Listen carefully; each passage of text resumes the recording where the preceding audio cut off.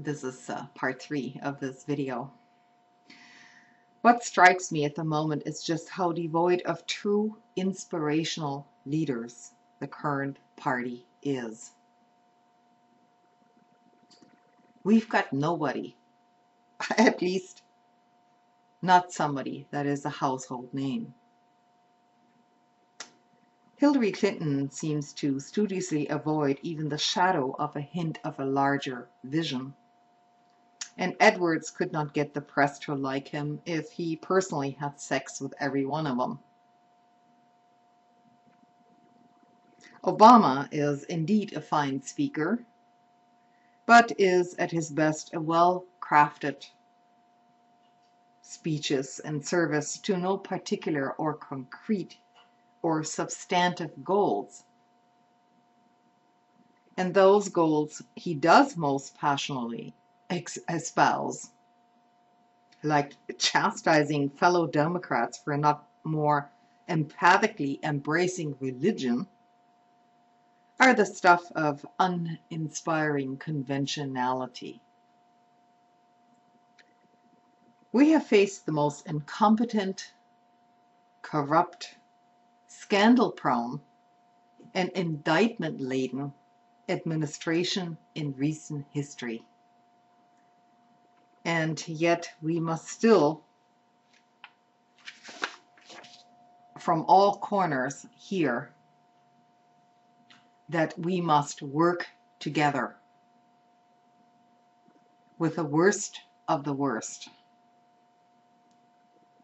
and compromising with the bigoted and bridging the gap between our moderate party and the one that has been purged of nearly all but the most single-minded extremists.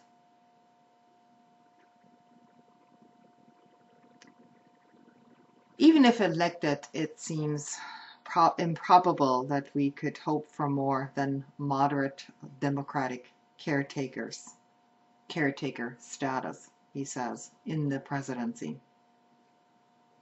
A partial rollback of Bush-era abuses, but not a full rollback. A healthcare plan cobbled together in some fashion as to make sure the insurance companies are well taken care of, and only moderate screwing of unions, not the full bore thing. It will be a hell of a lot better than being shipped to Abu Ghraib or to Guantanamo in a duffel bag. Probably.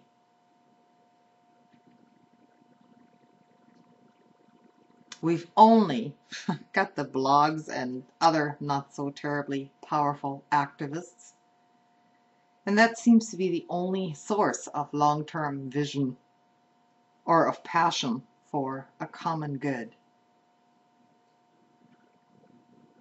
We have no leaders except for ourselves.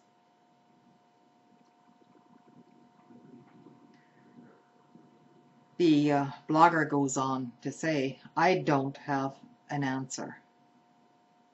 Well, and I agree, I don't have an answer either.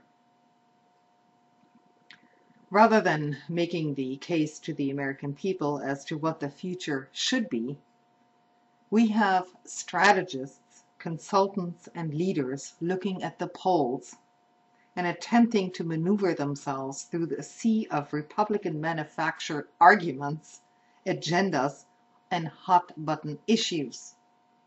We've got a Republican Party that was thrown out on its collective ear for corruption and incompetence nationwide, and yet still, there are no Democratic leaders willing to seize the reins of the future themselves and bring a democratic vision of the future to the public.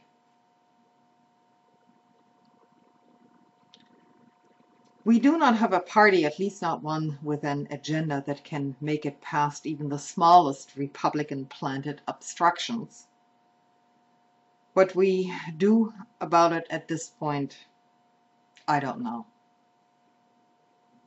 But I'm not about to sit back and pretend at cheerleading for a party that considers me no more than an annoyance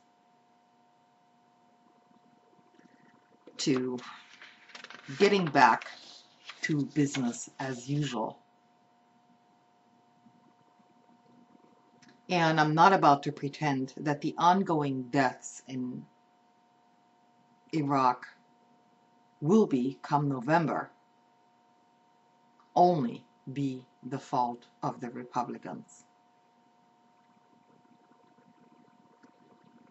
And this is my own personal commentary here after this reading this blogger's post. I probably at this time can't even bring myself to vote for whoever the nominee is in the Democratic Party, if it is Hillary Clinton. I simply will not be able to do it based on her voting record alone. There has to be a point where people have to draw the line, and that's probably one of mine. Good night, and let's hope the next year will be better than this one. Good night.